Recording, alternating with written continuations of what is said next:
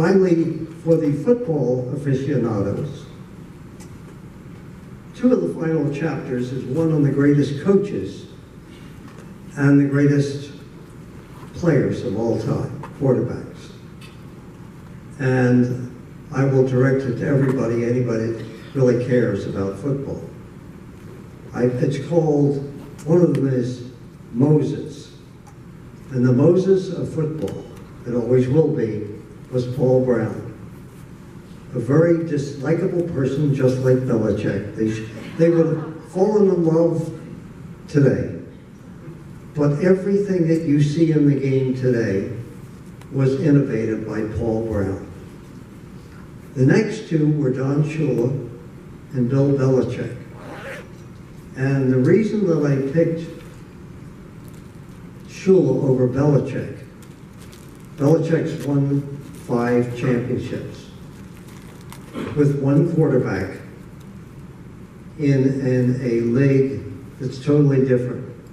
Shula won 2 Super Bowls and lost 4. But Shula had Unitas, then Marino, then Greasy, then Zonka, then Kick, then Warfield. He was able to change in every era with the people that he had. Belichick, as great as he is, has had one great quarterback and a lot of other people. So I pick him, Shula over Belichick. Different eras, different times, but my feeling is you have to have the ability to win with a lot of different people. Now, the person who is loved greatly around here, Tom Brady, and Unitas. I pick Unitas over Brady, but I take either one.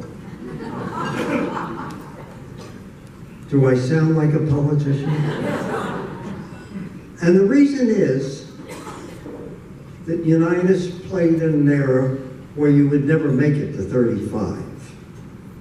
You also played in an era where every week, when there were only 14 teams, you had to play teams that were really great teams. He invented the 2-minute offense, made pro football with the greatest game ever played, even if you look at it today and say they're too small or whatever else it is. But I'll never forget that one of the things that really impressed me about people, I think a lot of people in all sports and of course in show business today do nothing but shoot their mouth off. There's a famous scene that I think Jonathan Hall and Sochi and Keedy will remember. And I remember at that game sitting on the 50-yard line looking down. John Unitas drives them 80 yards, checks off at the line of scrimmage, does all of these things, and on the winning touchdown, when he hands off to Alan Amici and Lenny Moore makes the block, it's the most dignified thing I've seen since Hamlet. He turns, he hands the ball off. People were going crazy, they're running on the field. You've never seen anything like this, unlike today. And Unitas hands the ball off, and he walks out like it's just another great performance. Look it up someday. It was the ultimate of class and dignity and saying, you know what, it's just another day's work. And that's who those people were. I think the game's much better today. I don't like all of the passing. It's much better. The athletes are better. Everything is better. But the one thing that I would say to athletes, if I were a coach, cut out the Twitter in the locker room, please. You know, we don't need that. But he walked off and walked into history. And I remember one thing, again, you know, today we talk about how people are bigger than life through Twitter and a lot of other things. I remember being in an airport in Los Angeles as a kid. And the greatest star of their time, Clark Gable, was in the airport. And we had just come in to play the Rams.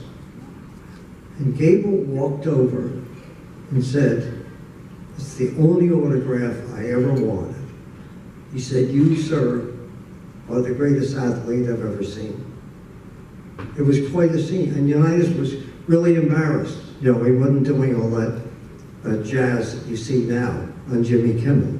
So that again was the era. They were the people that I saw. Brady, great. Would he have lasted then? No, he would have been great. Unitas, Marino, John Elway today with this offense would have done, they'd have killed people.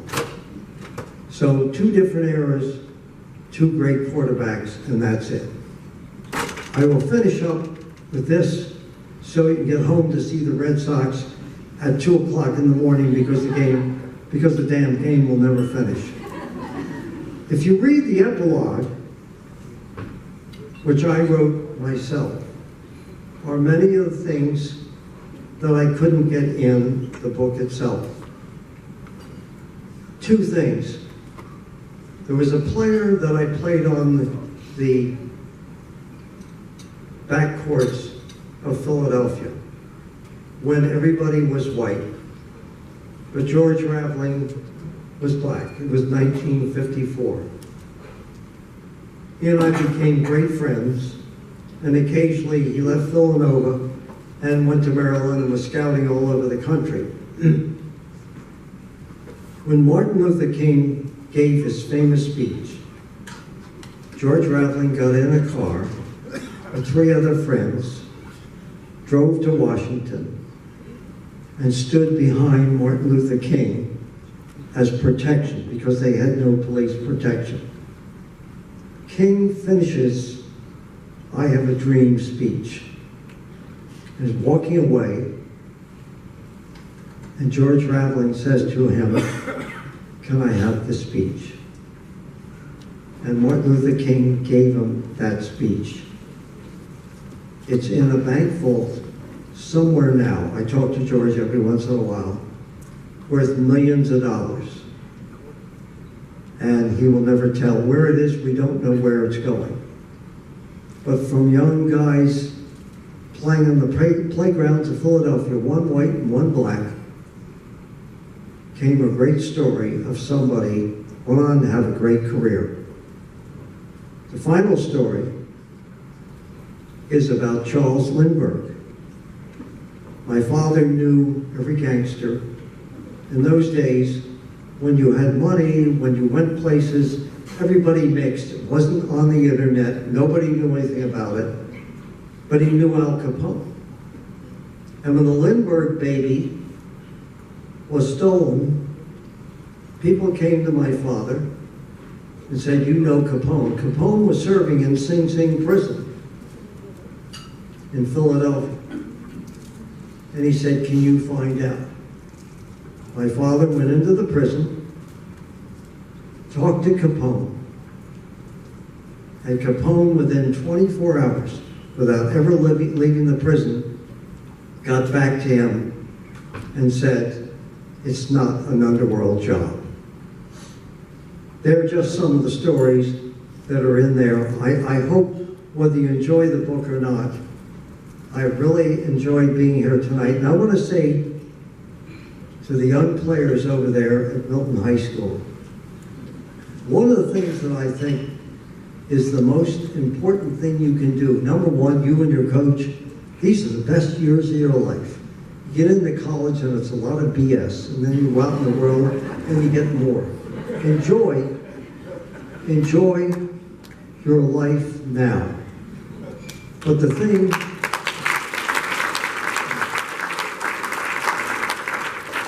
that I will tell you is the thing that I've always lived by, rich or poor, successful or not. Do what you want to do in life. Forget the money or the prestige. Because when the time comes to say goodbye to the world, nobody's going to ask you how much money you made or how famous you were. You know what you're going to ask yourself? Did I do what I want to do? Thank you.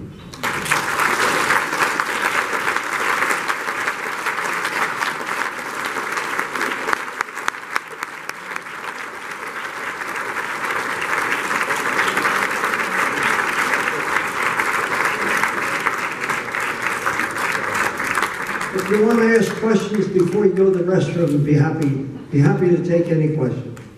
Take a few question and answers. If not, I know bedtime's near. Yes, ma'am. Did you not realize the part she played is developed in the NFL? No, I don't think she really did. In fact, they spent their honeymoon in Atlantic City with the 33 players, with them working out on the front lawn. No, I don't think she did. I'm not sure she really cared. But she did not.